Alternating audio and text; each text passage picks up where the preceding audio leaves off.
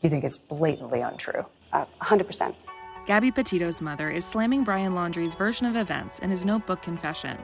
In an exclusive interview with NBC News, which aired Thursday on The Today Show, Nichole Schmidt expressed her disbelief in the letter her daughter's killer wrote before he took his own life. His notebook entry was released by an attorney for the Laundrie family in June and obtained by Access Hollywood. It read in part, "I ended her life. I thought it was merciful, that it is what she wanted, but I see now all the mistakes I made."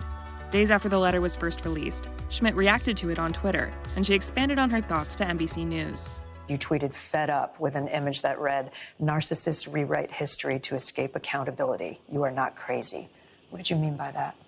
That was his character. Even in his last moments, he wanted to make sure he looked like the good guy, right? That's ridiculous. We know how she died.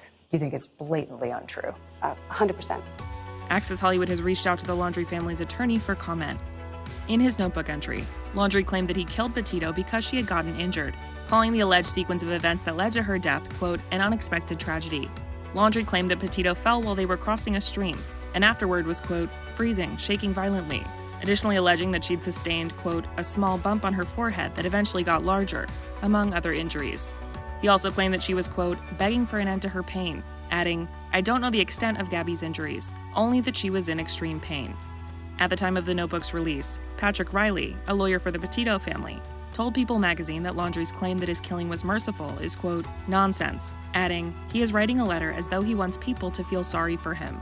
In a message to Access Hollywood that accompanied the notebook pages, Stephen Bertolino, an attorney for the Laundrie family, said in part, "Although I have chosen to release this letter as a matter of transparency, I will not be commenting further as there are still proceedings pending in court." Petito's parents reported her missing last September, shortly after Laundrie returned to Florida without her. The two had been on a cross-country road trip. Her body was found in Grand Teton National Park a week later, following a nationwide search. Her death was ultimately ruled a homicide, and her cause of death was determined to be strangulation. After his return to Florida, Laundrie went missing in mid-September. His body was later discovered in the Carlton Reserve. Bertolino revealed in November that the 23-year-old died from a gunshot wound to the head, and that the manner of death was suicide, according to NBC News. Now, as 1 year since Petito's death approaches, the Gabby Petito Foundation has made a $100,000 donation to the National Domestic Violence Hotline to help fund their life-saving support. Our story begins because of domestic violence tragedy, and we don't want to see that happen to anybody else.